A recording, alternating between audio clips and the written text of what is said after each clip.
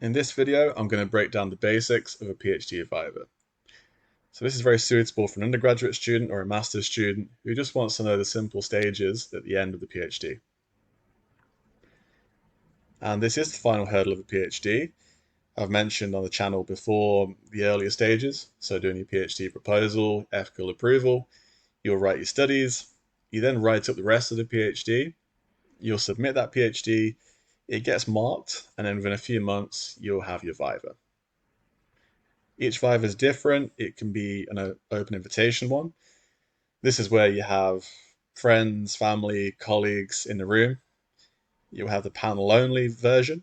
This is where it's just you, 2 or 3 people that have marked your PhD thesis.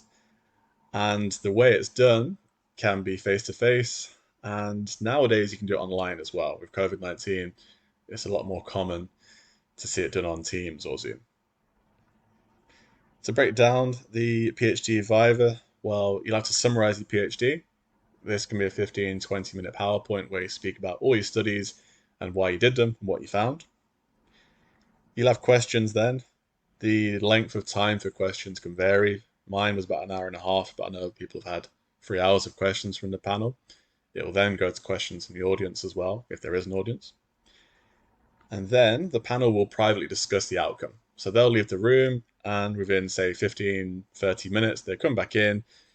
You'll be informed of the outcome. Hopefully it's good news, and you can celebrate. I'm going to move on now to some of the common questions you'll have in a PhD viva. One of them can be, how has your PhD contributed to the literature?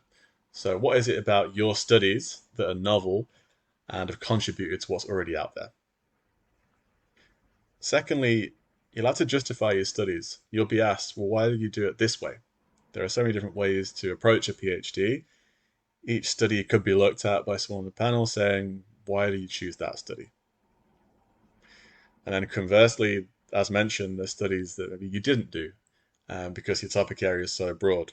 So any areas that you may have missed, the panel could ask you, well, why didn't you do that instead?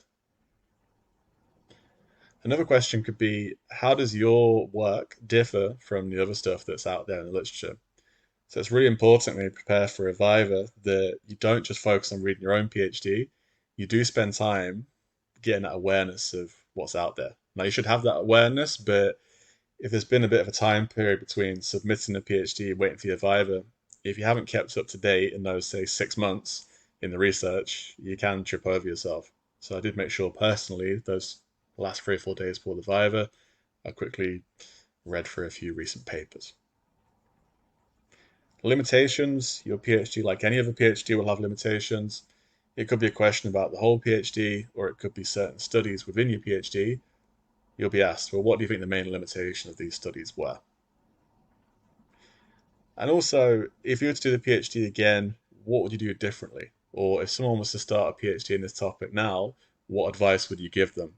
It's quite a simple question, but I was asked this one, and I think I definitely froze for a few seconds trying to figure out an answer for that one. So I would, without a doubt, reflect on your PhD and ask, what could be different next time?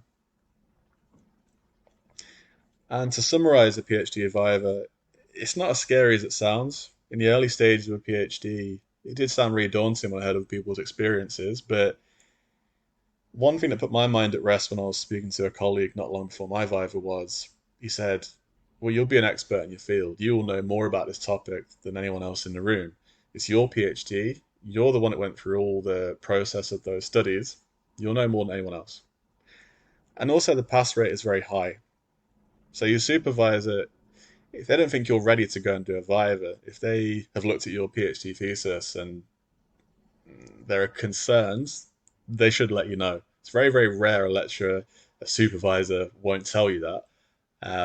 So yeah, the pass rate normally is around about 95%.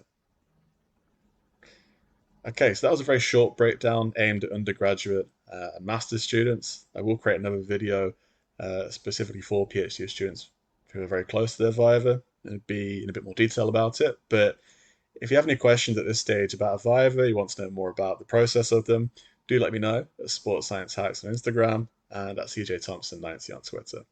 Okay, thank you for listening, and I'll speak to you again soon.